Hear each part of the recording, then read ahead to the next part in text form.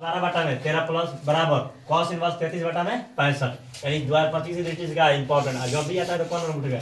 5 number पूछेगा।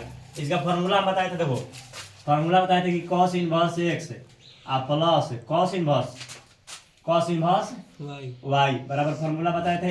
cos inverse बताए थे, cos inverse x cos y inverse x y होता है, और जब प्लस होता है क्या होता है? माइनस रूट के अंदर 1 minus x x square square into 1 minus root के अंदर 1 y minus square. Y square. यही फॉर्मूला बताए थे। फॉर्मूला अगर याद रहेगा तो आप बढ़िया से आप तोड़ सकते हैं, तो अगर दिक्कत हो जाएगा। आप देखो तोड़ते हैं तो cos इनवर्स ये एलएचएस था हमारा, आई क्या था? आरएचएस। तो एलएचएस लेके चलो, एलएचएस बराबर तो cos इनवर्स 4 बटा में 5 प्लस cos इनवर्स 12 बटा में 13। हाँ 12 बटा में 13 इसका फॉर्मूला होता है cos inverse x plus cos inverse y बराबर cos इनवर्स हो जाएगा।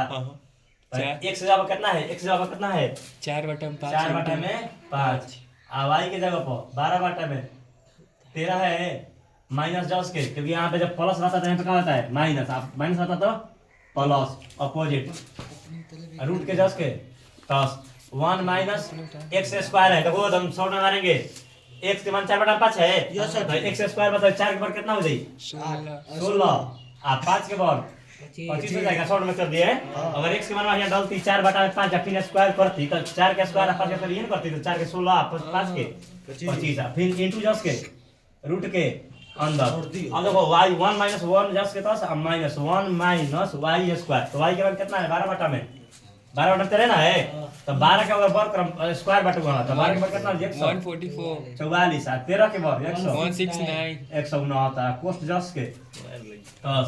आई देखो cos इनवर्स जस के तस आई गुणा कर देना है आपस में, बरचक 48 और 13 पाँचे 65 माइनस जस के तस। आई देखना ध्यान से, अगर 25 में अगर 1 में गुणा करेंगे, यहाँ पे एलसीएम एकदम फास्ट 25 में 25 हो जाएगा, आप 25 में 16 हो जाएगा तो कितना बचेगा? 9 बचेगा और 9 बटा में 25 जस के 10 और इंटू जस के 10। देखो 169 में से 169 कम 169 और 169 में से 140 घटी बजा ना 25 और बटा में 169 जस के 10। और देखो कितना एकदम शॉर्ट हो गया है। अब 5 नंबर में पूछा जाएगा एग्जाम में बिहार बोर्ड के द्वारा cos इनवर्स 48 बटा में कितना हो जाएगा? 65 हो जाएगा और माइनस जस के 9 के वर्गमूल 3 25 के वर्गमूल 5 25 के वर्गमूल 169 का 13 इतना हो जाएगा। तो cos इनवर्स 48 बटा में 65 जस के 10 आ देखो आई गुणा कर देंगे 25 आई 15 और 13 5 65 इतना हो जाएगा।